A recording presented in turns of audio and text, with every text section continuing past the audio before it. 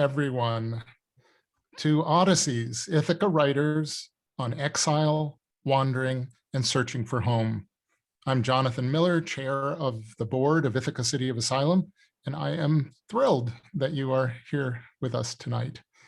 This is the second of 4 readings in this series. We've asked pairs of writers to ponder the theme of Odysseys: exile, adventure, leaving home, coming home, finding home, whatever resonates for them. Then read for about 15 minutes, talk with each other, and take some questions. Tonight, we'll hear from Sorayya Khan and Raza Rumi, 2 authors who began their very different journeys in Pakistan and eventually found their way here to Ithaca. Our moderator is Barbara Adams, a founding member of the ICOA board, who's well known to readers of local publications for her lively and insightful reviews, and to generations of students at Ithaca College, where she teaches writing. In a moment, I'll have some very good news to share, but first I want to thank our excellent co-sponsors for this series. In reverse alphabetical order, they're the Tompkins County Public Library, Story House Ithaca, the aptly named Odyssey Bookstore, Global Cornell, Ithaca College Department of Writing, the Cornell Migrations Initiative, and Buffalo Street Books. We are grateful. Thanks also to Katie Fontana from the library, whom you all know. She's working the controls tonight. Ithaca City of Asylum is an all-volunteer project of the Center for Transformative Action. Since 2001, we've been providing refuge to writers and artists who are fleeing danger or persecution in their home countries. We help them find a job and a place to live, and we do whatever we can to make them feel safe and welcome. They come for 2 years, and sometimes they stay longer. That's the case with our 6th writer in residence, Raza Rumi, who'll be reading tonight, and who's also on our board. He's been here since 2015. As many of you know, our 7th and current guest is Pedro Molina, a political cartoonist from Nicaragua. Pedro arrived with his family at Christmas time 2018 and has been teaching at Ithaca College for the last 2 years. At last month's reading, I mentioned that IC, with all its cuts, can no longer offer a position to our guest writers, which puts us in a bit of a bind. Happily, last week, we learned that Pedro has won a year-long fellowship from the Artist Protection Fund. So in June, he will jump from South Hill to East Hill, where he'll be a visiting scholar with a Latin American Studies program at Cornell. We still have to work out what's next for ICOA and for our future writers, but we are excited and relieved for Pedro and his family, and we're looking forward to at least another year of their good company. Now, it is my pleasure to introduce our tour guide for this evening's mini Odyssey, Barbara Adams. Thank you, Barb. Thank you all for coming. Thank you, John. Folks, the program for tonight, we have 2 readers, as you know, and I'm going to introduce them. We will hear from each of them, and then we'll let them chat a little with each other. And then we're going to open it up for questions. This should all happen within 1 hour. And the chat is active and someone will be monitoring it. And so if you have questions for either Raza or Sorayya, please put your questions in the chat at any time. It's not distracting. That's how we will hear from you. And as Katie pointed out, if you go into gallery view, you'll probably see who's ever reading focused. I can't tell you how excited I am for their reading because both Raza and Sorayya are friends. I love their work and it's quite different. We have a novelist and a journalist, but both of them are actually going to be reading from memoirs literally in progress right now. These are untitled memoirs, I believe. And you're going to see a few similarities because they both have deep roots in Pakistan, but you're also going to see an enormous difference. We'll begin with Sorayya because her memoir, the portion she's reading goes back to childhood, okay? And I want to say that, add one other detail is that in terms of their Odysseys, which washed them up in Ithaca eventually, Sorayya has been in Ithaca for I just figured it out. It's a quarter of a century. And whereas Raza has been here 6 years, he's almost got an anniversary coming up. Sorayya Khan is the author of the novels Noor, 5 Queens Road, and The City of Spies, which I strongly all recommend to you. City of Spies received the Best International Fiction Book Award from the Sharjah International Book Fair. Sorayya has also won a Fulbright Research Grant, a Mahlahat Review Novella Prize, and a Constance Saltonstall Artist Grant.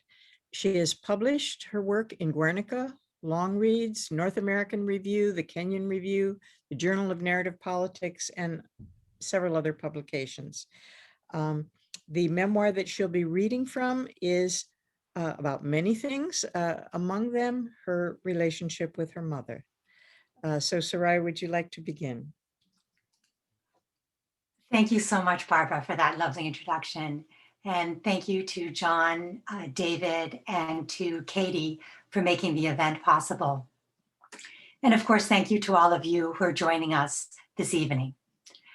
I'll be reading from To Be Thrown, which is a memoir in progress.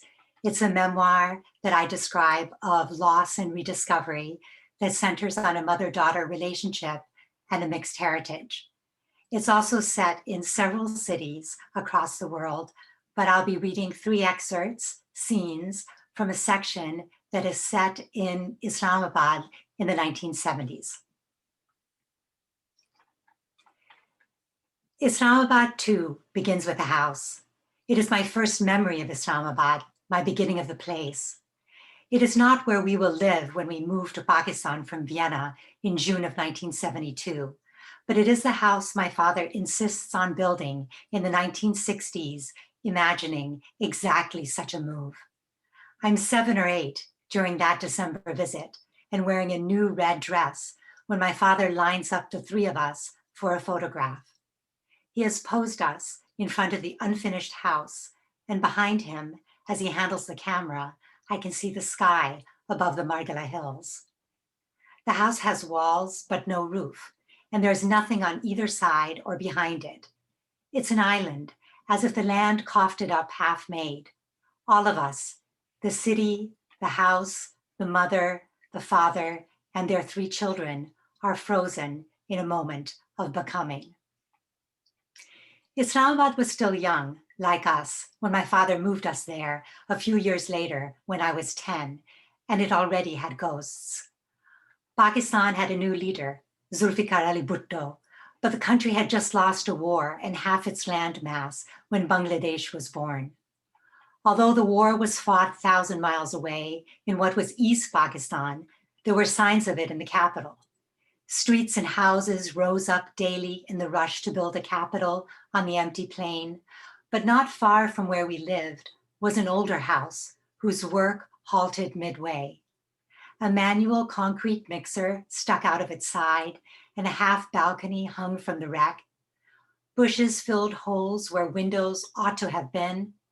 Concrete stairs rose up or fell down without reaching the ground or the roof. Goats grazed on floors of weeds and doorways were splattered with animal excrement. The house stood near the intersection of Hill and Margala roads, and whenever I passed it on bicycle or by foot, I sprinted because it frightened me so. The East Pakistani owners had fled during the 1971 war, never to return after an independent Bangladesh was born. The detail folded into my child's universe. We'd moved to the city while sensible folk fled and left in their wake houses haunted by animals and ghosts, one or the other bound to snatch me away. I don't know if my mother noticed that house. She was already gone when I thought to ask her what she had seen at only 38, the first time she laid eyes on those few square miles that pretended at being a capital. By then, she'd lived in Amsterdam, Chicago, and Vienna, which meant that once she landed in Islamabad, she'd been thrown across 3 continents. When my Lahore grandfather visited us from 5 Queens Road, my mother shared his assessment. The place was a village, if that. Other cities had culture, Museums, for instance, my mother would say, and they had water. She was used to the Dutch canals or Lake Michigan or the Danube, but Islamabad only had Raval Lake, a reservoir she hardly thought worthy of visits. But it had the Margala Hills, the foothills to the Himalayas that she grew to love. Islamabad was more promise than embodiment of water, mountains, city, and for my mother, another life. Not everything, however, was foreign. She was greeted with ration cards for flour and sugar as if she'd brought along Amsterdam and remnants of her war. For me, the city is a map of memory, a grid in which I store my life. It is rectangles organized by letters and numbers as if C.A. Doxiadis, the city's Greek architect, believed endless labeled combinations would bode well for the city and for us. Our sector was F62, our street was 19, and our house was on a slope that dropped like a playground slide into Hill Road. In the dark, it was possible to misjudge the corner, which is what happened when a school friend borrowed my new bicycle and fell off the road into a small ravine, broke her collarbone, and bent the bicycle frame. Hill Road, wider than most, was a border between sectors. Trees that would one day be cut down for reasons no one understood ran along the road's divider to separate oncoming traffic. They were still there when I was 14, and a friend and I drove his motorbike up and down the road, sometimes on the correct side of the divider and sometimes not, while, unknown to me, my father watched from our veranda. When I returned home alone and by foot, and he asked me if I'd been on the motorbike, I lied and vexed him further. The Margala Hills anchored me. I was never lost if I pointed my bicycle in their direction. The city held few landmarks for me otherwise. One was my school, the International School of Islamabad, a series of quads in an H9 sector beyond 0 Point, which is the exact spot in Islamabad where the axis of the planned city begins. The school was off to the left somewhere beyond a few deserted dirt roads, which was all the direction I cared to know. The other landmark was the US Embassy, closer to home, but also at a far edge of the city that disappeared into nothingness on the ground, as it must have on the city's blueprints. The embassy and school were made of the same red brick, but only the embassy was rumored to have had its bricks flown in from the US. I rarely entered the embassy, but when I did, it was into a different country in a shared landscape. You could see the Margalas arranging the sky from the swimming pool, all while imagining that the outside air was climate controlled, because that was how it felt. Dr. Pepper was served on trays, US radio shows were piped in through speakers, and girls walked around in shorts and bikinis, dressed for a California beach. I tried coming home from soccer practice in shorts one day, prancing up the driveway with my bare legs, as if it was the most natural thing to do. My father was home early from work, and I hadn't counted on his reaction. "My God, where do you think you are?" he cried. He ordered me to my room, and I never tried it again.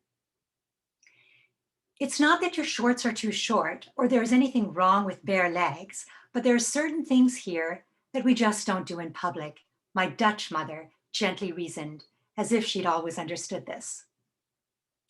We'd arrived in Pakistan by way of Karachi airport on a June day that was as hot as any.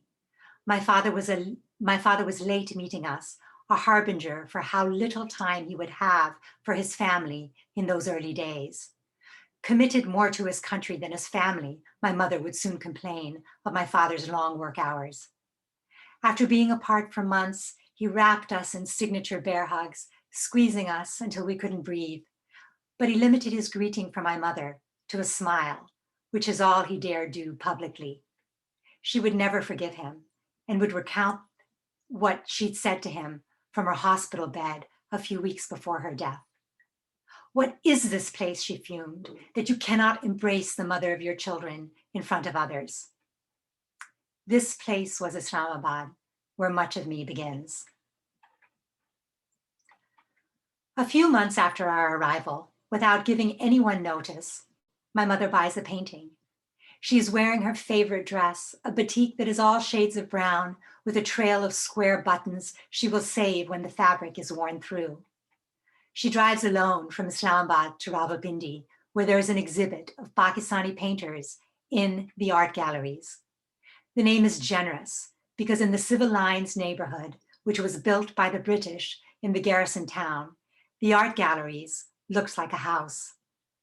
I picture her in the presence of the painting for the first time, the moment she makes the decision to buy the unexpected artwork.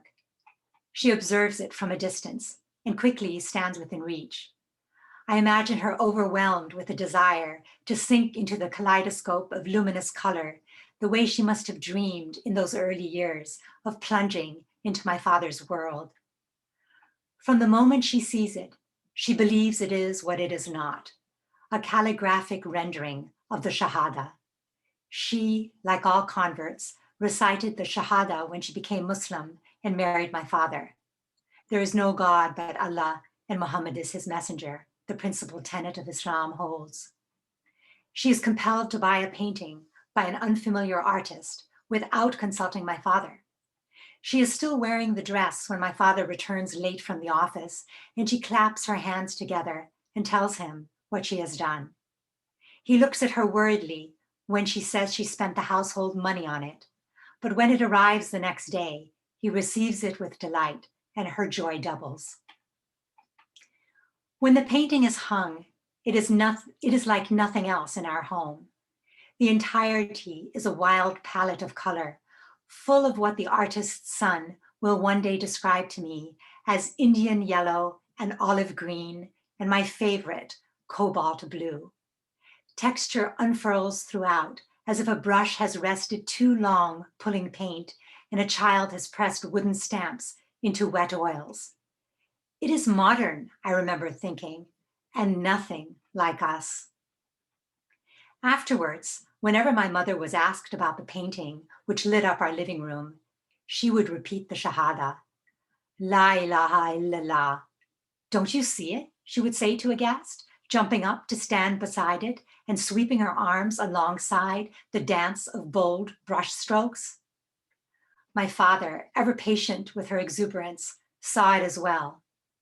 Here, he'd say, and slowly rise from his chair to point to where it began. The three of us would roll our eyes at what became a well-rehearsed skit, although not at any moment did we imagine that the painting was anything but the Shahada. My first experience with death belonged to a whole country. I was 17 when Pakistan's Prime Minister Zulfikar Ali Bhutto was hanged early one morning. A noose was tied around his neck, and he said, "Finish it," and a trapdoor fell underneath him, and his hangman declared him dead. He was buried without wife or children, settled into the ground before prayers could be offered, and final, or is it first, goodbyes were said. I remember my father, his face gray like my hair is now, and my mother tall and white as ever in a zippered bathrobe, a strand of fine hair caught in her mouth. Each went about the early morning charting distinct rhythms for their grief. I was awoken by the racket of my mother putting away the previous night's dishes. Then, from my window, I watched my father, lost in his thoughts and oversized pajamas, walk the garden and pace the driveway before he saw our watchman, and the two reached for each other as if they were old friends. I heard a stifled sob, at least one, which might have been my father's, even though the only time I'd seen him cry was when his brother died. We still lived in Vienna, and the death of a prime minister, at least this one, wouldn't have mattered to me. I turned away from the view. As a rule, death happened to other people. But on the morning of April 4th, 1979, my world tilted and my stomach lurched. Death had a taste, iron like blood and jasmine like flowers, and it was in my mouth when I joined my parents for breakfast, exactly as it would be again 37 years later when I leaned over my mother's body in the morgue. The radio blasted more static than words in the kitchen, but my mother turned up the volume. It had been 7 years since my father had moved us to Pakistan, and his country changed everything about me. It had even changed the color of my skin, which I hadn't noticed, but overnight, and in all the ways that mattered to me, became decidedly brown. My mother poured my father's second cup of tea and added toast to the basket near him. Her hand grazed his as she sat down, and she kept it there, their knuckles touching for a few minutes more. Eat, my mother instructed me. I'm not going to school today, I said. The International School of Islamabad was a misnomer, as it was mostly American, and my classmates were the children of CIA agents or US Embassy personnel or USAID workers or Aramco employees. You will be on the bus, end of story, my father said. Why? You will not give anyone the satisfaction of knowing you don't want to be there. What? After what the Americans have done, my father said, leaving what they'd done hanging over breakfast like it would hang over the country. You will get on the bus and take your sister. I knew better than to hesitate, so I finished my eggs, and as I put my lunch in my bag, my mother said her piece.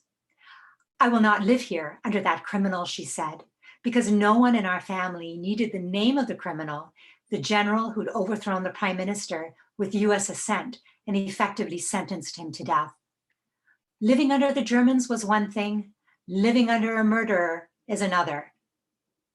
The Germans weren't murderers, my father said, getting up and pushing his chair back with his legs, his patience all gone.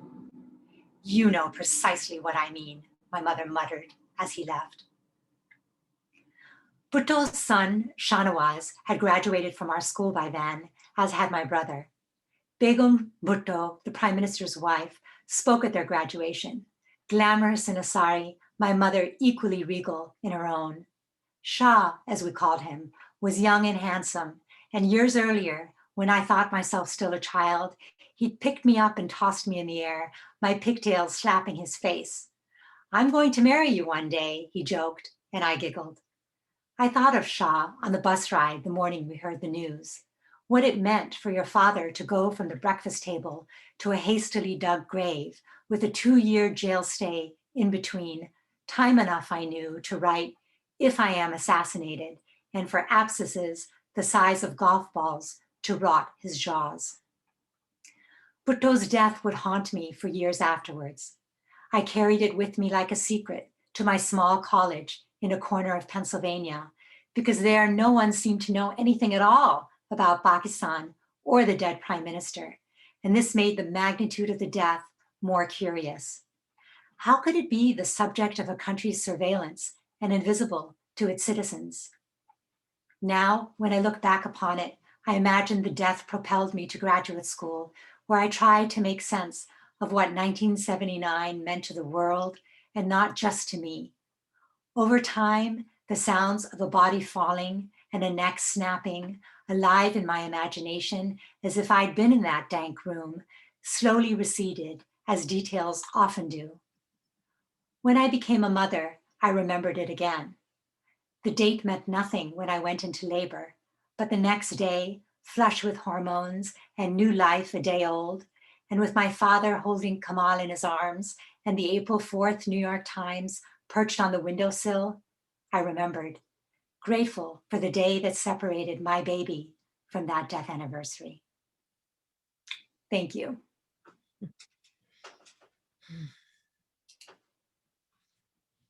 Thank you, Sorayya. That was incredible.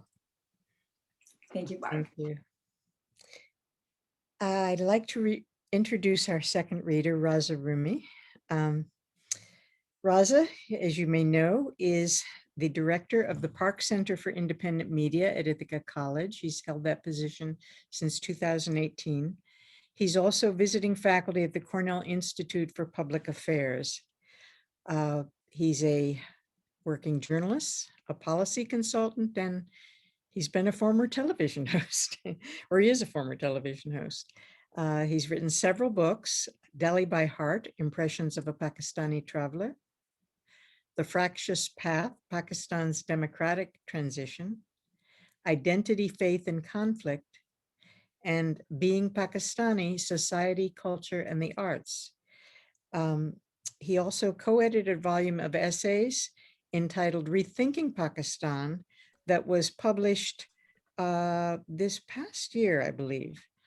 You probably already know, I think John mentioned, Raza was Ithaca City of Asylum's 6th writer in residence from 2015 to 17, and he's now a board member.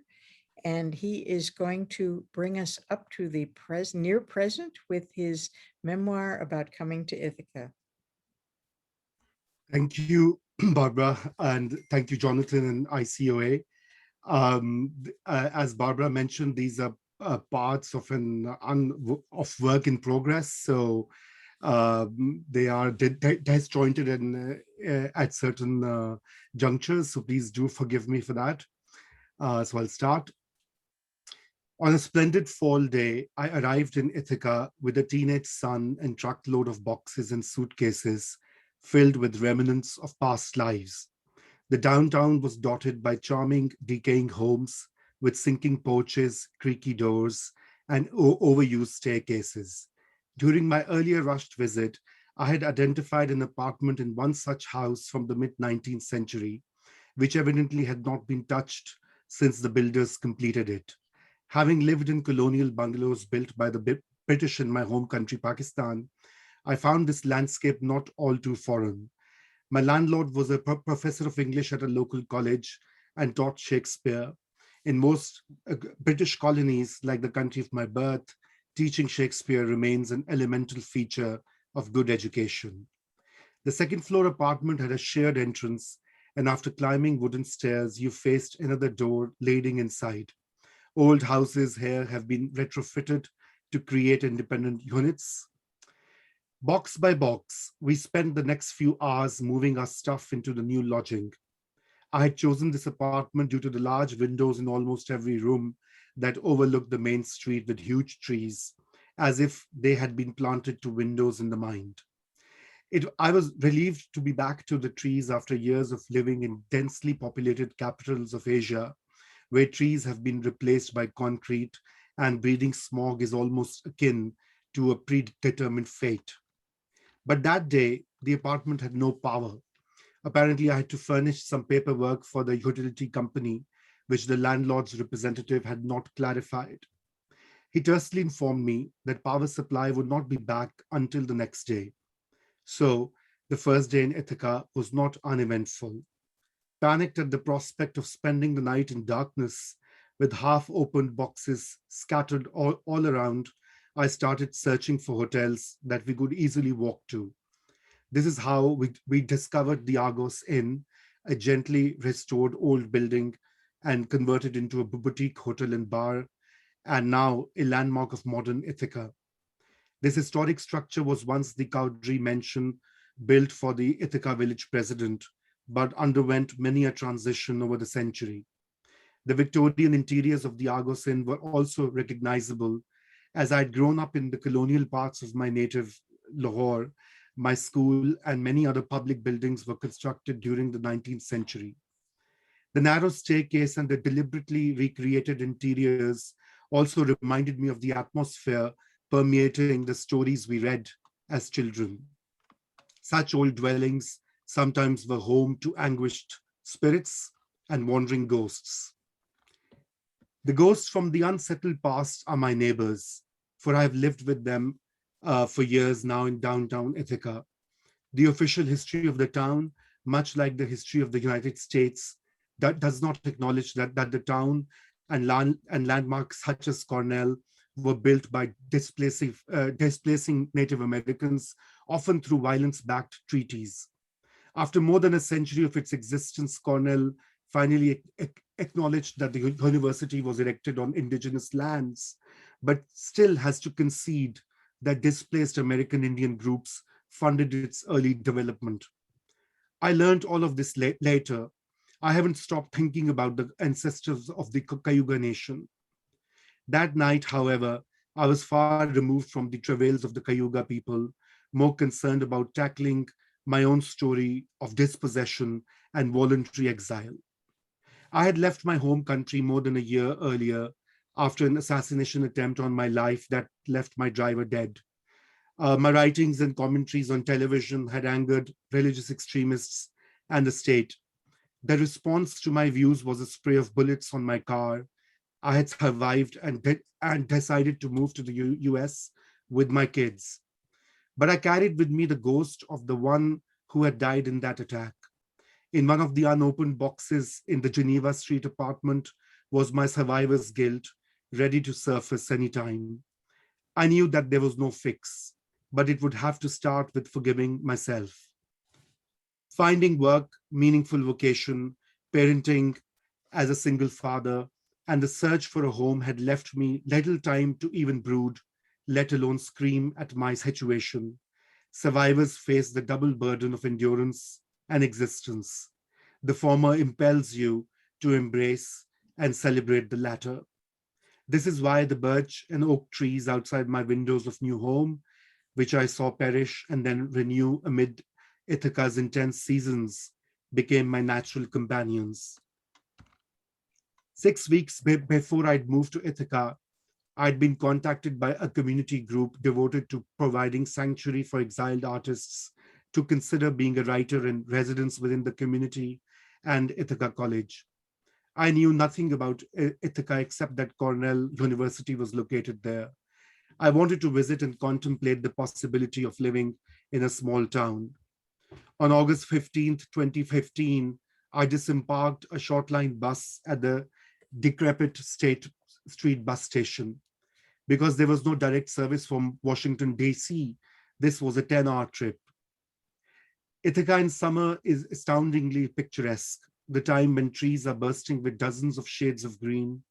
Bright sunshine, low humidity tells you that cool, clear nights transform smoothly into resplendent days. The engraved images from the mountainous regions of northern Pakistan, the Balkans where I had lived, and Bhutan that I had visited many times, all came alive. Molten memories adapt themselves, occasionally in an unreal way, and this is precisely what was happening during that short journey.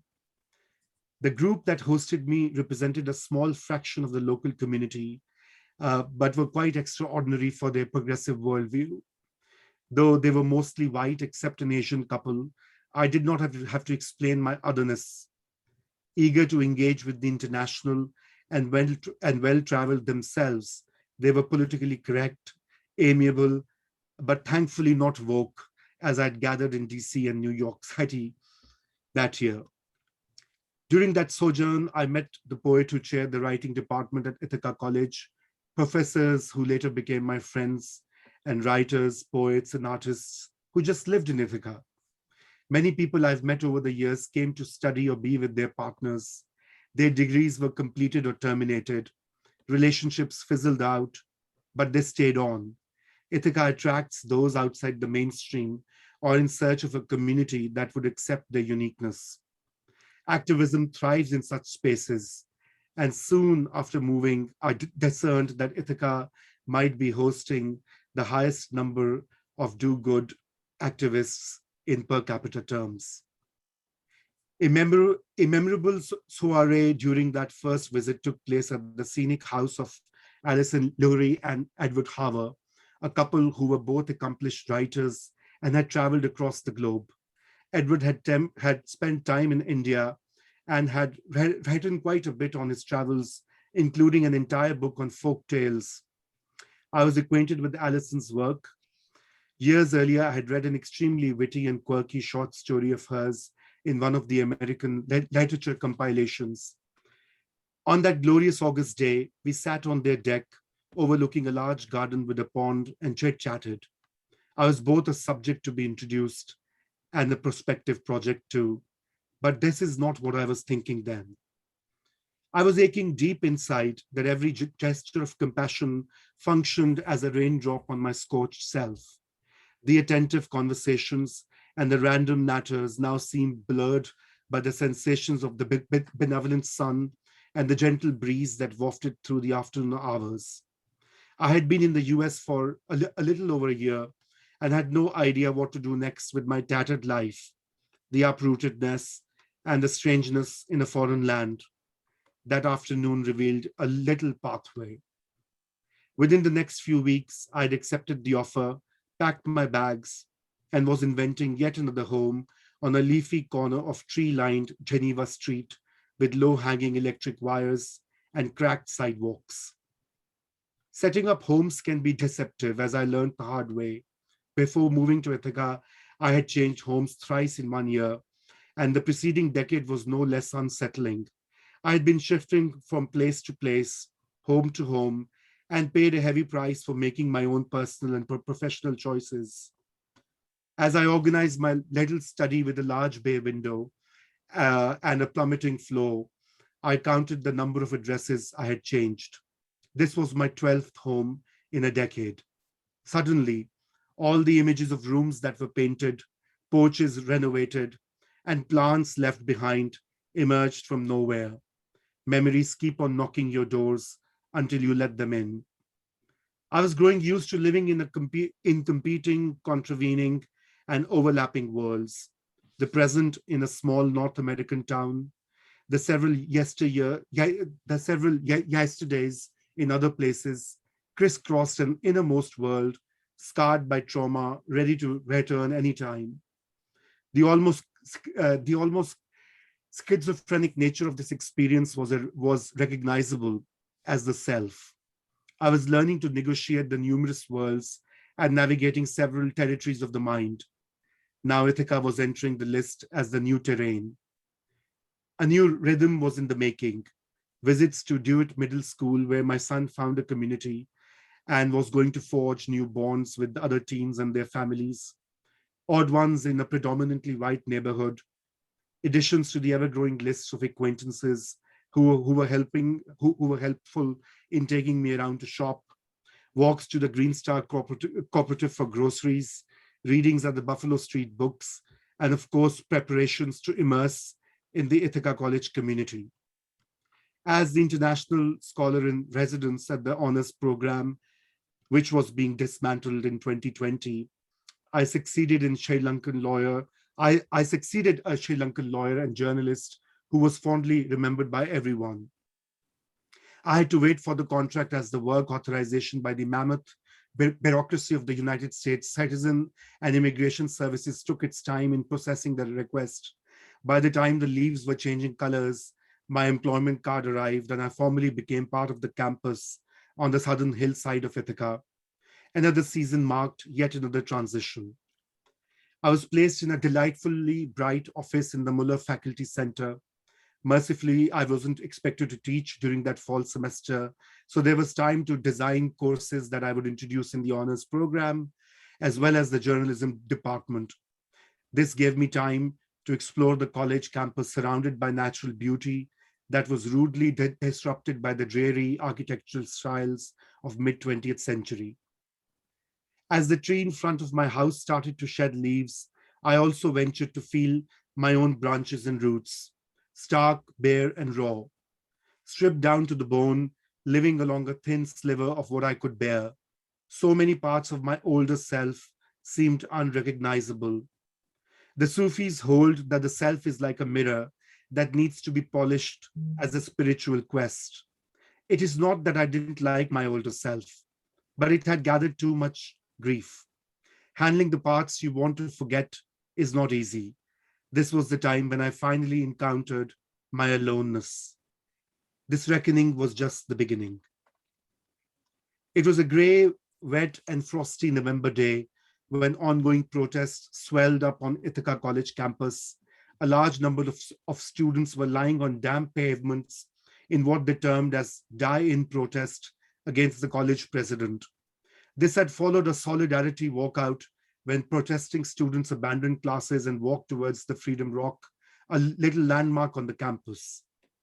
As a new entrant to the college community, and of course an outsider, I had picked up anecdotes that pointed towards feeble efforts to handle institutionalized racism on campus. Hearing such stories came as a shock, given that liberal arts spaces were precisely meant to dismantle such horrors. The president of the college must resign, insisted the students, who were joined by faculty members. The impetus for this civic action came after the University of Missouri system president resigned on similar grounds. On Facebook, student groups had demanded that IC President Rochon resign, as it was critical to fight against both covert and overt racism in all places of education and empowerment. The protests on campus ultimately resulted in President stepping down, a small but vital step it was, given the enormity of structural racism that pervades every facet of American life. The same semester that I arrived on campus, the public safety officers were termed as racially insensitive and aggressive by the resident assistants.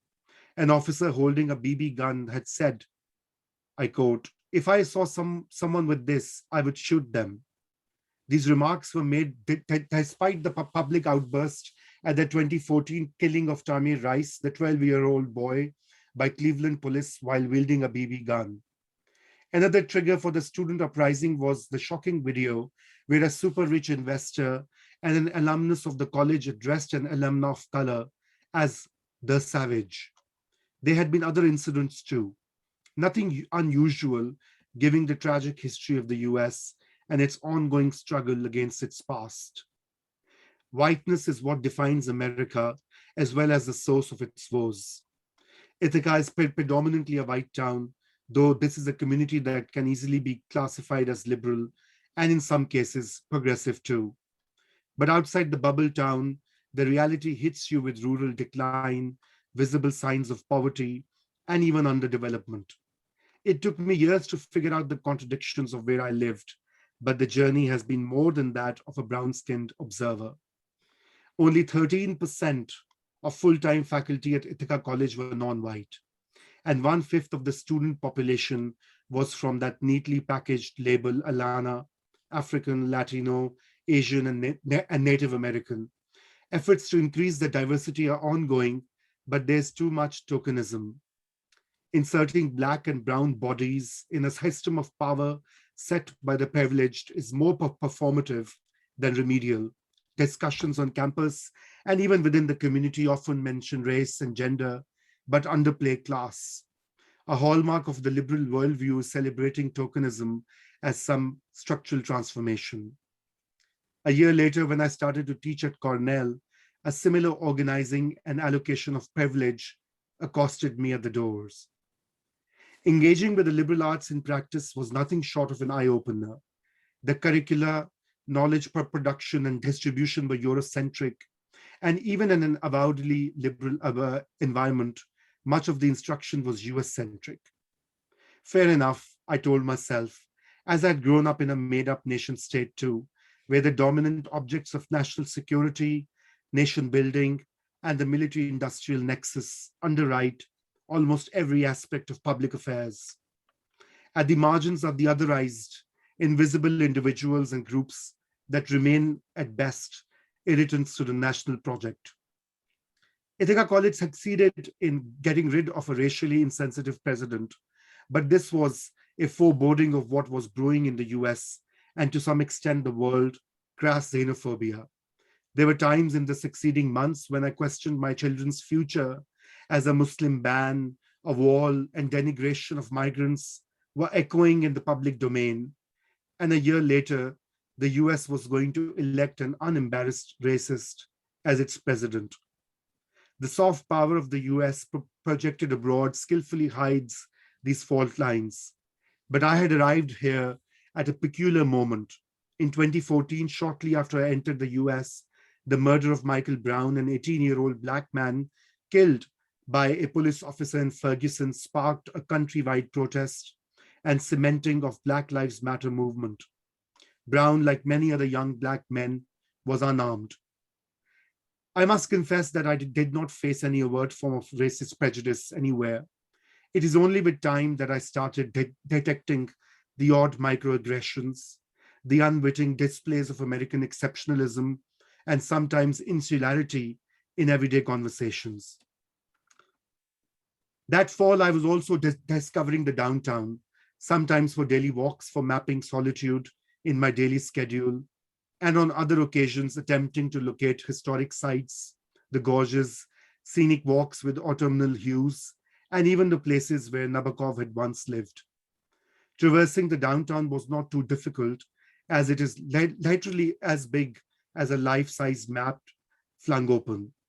I would pass by friendly neighbors, smiling strangers, and the occasional suspicious glance. One evening, as the sun was bidding farewell, I was warned by a random passerby. "Watch out, man," he said as he slowed down. "Guys like you get shot these days." I trembled a little, but tried to smile. Was he the archetypal shooter that one had read about in New York Times, or the one who was about to turn the American public opinion towards Trumpism? He pointed his fingers towards me and moved on. I wasn't certain if the gesture was meant to be helpful or a warning. That evening, I stood still, unthinkingly, in the middle of a sidewalk yet to be repaired. Little did this man know that one shooting the year before had already killed a part of me and changed my life, perhaps forever. I returned to the apartment where my son was playing on his PS4, and I had to make dinner so that we all kept on moving on. Thank you. Thank you, Raza. I want to make the best use of our 10 minutes, but I was simply struck, Raza, by one of your lines where you said the contradictions of where we live. And both of you have highlighted that in different ways. I'd like to first ask Sorayya, when you were talking about the painting. By the way, there's in the chat, there's been a lot of fuss about the painting, which you own and is in your home. Is it really an abstraction, or was it intended to be calligraphy? That was one quick question. Okay, well, that's part of the mystery of the piece, and it's part of what I research while I'm working on the memoir. But what I discover is that what we all thought was the Shahada turns out to be an abstraction. Because I don't know if you remember Aman, he was a scholar of Islam at Ithaca College. And when we got the painting is hanging in our house. I took a photograph of it and sent it to him because I was so perplexed. I couldn't figure out myself, staring at it every day, where exactly it was that the La ilaha illallah began. And so I sent it to Aman, and he consulted his friends, and he said, by the way, that's not what it is. And so it was quite amazing, this mystery. Yes, but it was to you. It was to you. Yeah. But I was struck by a line you said. You said the painting was nothing like us. It was modern. And what I'm wondering is, as a child, your perceptions, because you had lived in other places already, your perception of being in Pakistan, did you, and these events like the death of Bhutto that you describe and so forth, did you feel connected or alienated? And what was your response to what was, if your family wasn't modern, if it was somehow the opposite, i.e. traditional? What was your sense of that as a 9-10-year-old? That's a lot of questions, Barb. I know. It's all about that last question, though. In other words, okay. I guess the comment about my impression as a child when my mother brings the painting home and me thinking that it's modern, not like us, was really a reflection of, was a comment on my child's view, right? We had come to Pakistan, we were Pakistanis, but my source of comparison became very quickly the Americans that I went to school with. And in that contrast, we were nothing like they were. And so in my child's mind, I think I was making that connection. But then the other thing was that this painting is so full of color and so vibrant, and honestly, like nothing my parents had. Their house was decorated in a more subdued fashion. It was the first time that that sort of color was introduced to our home. And of course, Pakistan in every way is full of color. It's one thing that I miss so much here. I mean, I'm sure Raza will agree with me, the way people dress and on the streets is just so vibrant and so full of life. But for me, it was so different. I didn't really quite know how to go about categorizing it or absorbing it into my child's view. So I don't know if that answers what you were. Yes, yes. I don't know, Raza, if what you think about that, but. No, I think you said it so well. I don't have much to add. I think that explains the passage that you were referring to, Barbara. Yeah, I think that I think I was feeling something a little different, that perhaps as a child you felt, I sensed a certain constraint in that we were not modern.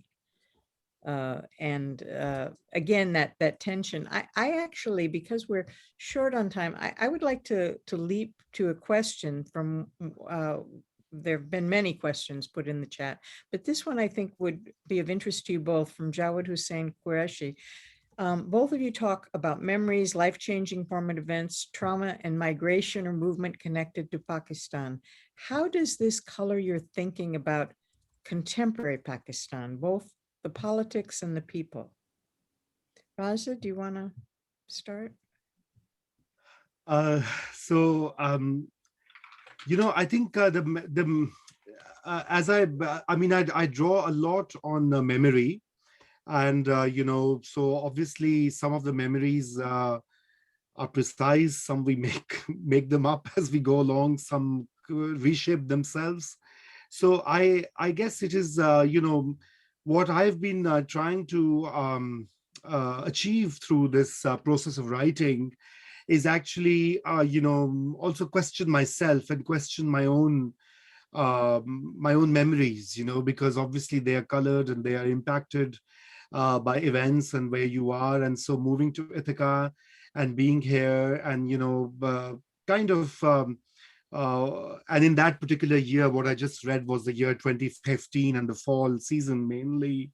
And now I look back and I think some of what I was writing was more effective, more from the feeling than actual verifiable memories.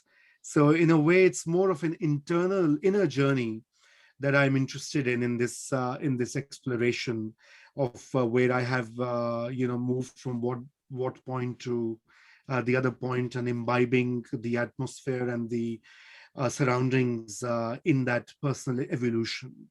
I think it's more about, memoirs are self-obsessive, I suppose. Sorayya? I think for me, a little bit, when I look back on that time of growing up in Pakistan during a time of such political turmoil that had such an effect in the way that it shaped the way I think of politics and the country. But also what I think it did for me is that those memories as a child stayed with me, and I think about how they are or are not in conversation with the narratives about that time. So one of the things that happened when I came to the US that I was so curious about was how was what I experienced in Pakistan in 1979, how was that reported on in the newspapers? What was the narrative here? And so I went through the newspapers looking for that. And it was so strange to see the history of my country reflected back by different people in different news sources. It was a way of being introduced to my country from a different perspective. It was very, I don't know, Raza, if you've had this as a journalist, possibly you think the same thing, right? You have one story in your mind about what you've experienced, but then somebody else is offering a different narrative. And I often think of my writing really being more, not so much in conversation with other novels, but often just in conversation with the narratives that are out there, what overlaps and what's different. Raza, what do you think about your journalism? Do you have that thought sometimes too? Yeah, definitely. A lot of and because I I write more of commentaries and build narratives myself. Right. So I'm in a way also hostage to them. And sometimes it is important to challenge them as well. And as you said, have a conversation between these competing narratives. So I guess part of this exercise is to also, as the subsequent chapters that I'm writing, I have done some raw drafts, kind of explore that particular conversation. Mhm, mhm. Raza, you recently visited Pakistan again, visited your family there. What was it like being there this time and then coming back? I noticed you wrote that now, in a way, you're a stranger in your homeland. Yeah, I know it's a bit cliched, but so it's that the kind of exile mentality, or the state of being an exile even in your own country, is what now kind of, because now that I went after, so I did not visit for almost 5 years, and then when I started visiting to meet my parents and etc. So I was viewed as this person who's come from abroad, and as a stranger, as a non-resident Pakistani, and so I wasn't feeling that, but I realized, and this visit was even more pronounced. And I'm writing about that, how some of my friends have moved on. I have moved on. Some of the old relationships have broken down, and of course new ones have emerged here or even there, and part of it's tragic and part of that is funny as well. But I guess it is this whole notion of strangeness, or the otherness, that continues to come back, and I guess that's what I have now accepted, that I'll have to deal with it wherever I am. Yeah, yeah. One of the person who wrote in the chat said, "Thank you both for being so brave and so vulnerable." And another person also said, which might be a good question since we're almost out of time. This is a good question to end on, a writer's question. How do memoirists know where to end their narratives? Clearly, this has been an ongoing process for all of you, and one keeps redefining life and home. So how will these memoirs end, possibly? So, Sorayya, you want to start, or?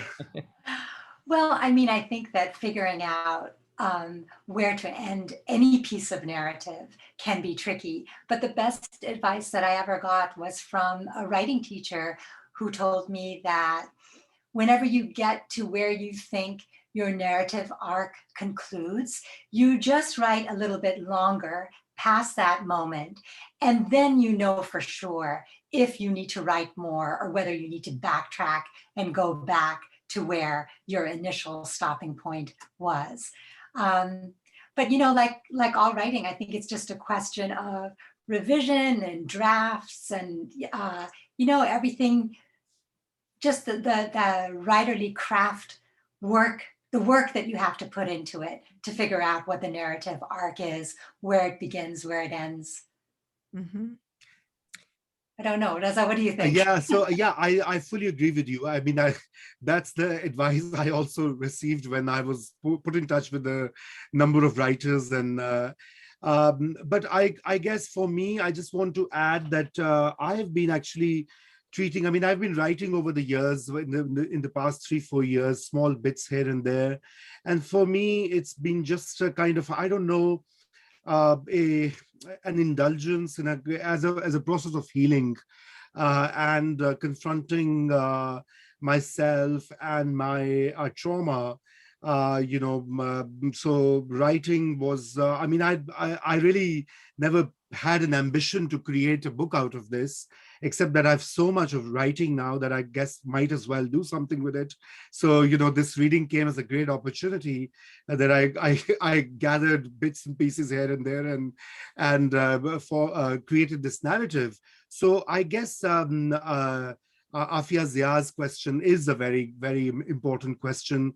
And I think it would Sorayya has already answered that it would end where I guess my narrative arc sort of is about to sort of end it, or go down in that sense. Yeah. Raza, Can I just you, have a moment to add something, Barb? yes, I just want to say that when I began writing what has turned out to be a memoir, I did not intend to do that. I had just completed my last novel, and my novel, City of Spies, is written in the first person by a young girl. And it's written as if memoir, but it's not memoir. And readers, audiences, when I gave talks, and the question for writers always, what in this novel is you? That's what the reader wants to know. But when you're writing in first person, it's even more so. And so I became a little frustrated with that question after City of Spies. And one day I thought to myself, you know what? I think maybe I'll just sit down and write down the quote unquote real story of where this came from. But I didn't start with City of Spies. I started with my novel that's set in Lahore, 5 Queens Road during partition, right after partition. yeah. And so then I wrote that story. And then after I wrote that essay, I realized, but it's not really about where the novel came from. It's about place. And then I had this idea of writing a series of essays about the different places in my life. Mm-hmm. And after I got done doing that, I thought, speaking of drafts and revisions, I thought then I wanted to find a way to make all those pieces cohere into a whole. And the way to do that was not a collection of essays, but it was to turn it into memoir. And that's how I moved. So actually, the process of writing a memoir was really a lesson in the writing process. That's really interesting. Yes, that's really interesting, because kind of what I'm hearing from Raza, and I know we've talked about this in another context, is that in some way the writing these snippets of memoir and then them coalescing was somewhat therapeutic, a way of coming to terms. Yeah. I want to, before we go any further, we have to end soon, but there has been a popular upswelling. Naeem, you are requested to go get the painting and bring it and show us. Is there any way we can put Naeem on the screen? I don't think he could show you the painting. It's a big painting. Can you carry your computer to the painting? I have a picture of it. Yeah, okay, please share that. But I don't know. I can drop it in the chat. Is that the way it works? Yeah. We would be very happy. Raza, maybe you could help me out. I actually put it on Instagram as a way of advertising. I saw that. I shared that. So I don't know. It's on my phone. Let me check. I can send it to you, Raza. Yeah, send it to me, please. And I'll share the screen and maybe upload it here. Yeah, we'll share screen in a minute. Yeah, okay. What's your address though? Oh, well, wait a second. I guess I shouldn't ask you that. Oh, here it is. Yep. Thank you. A number of the people who have participated in the chat know Lahore and are writing about it. That's nice. There, I sent it. I don't know if you got it. I'm just looking at it. So.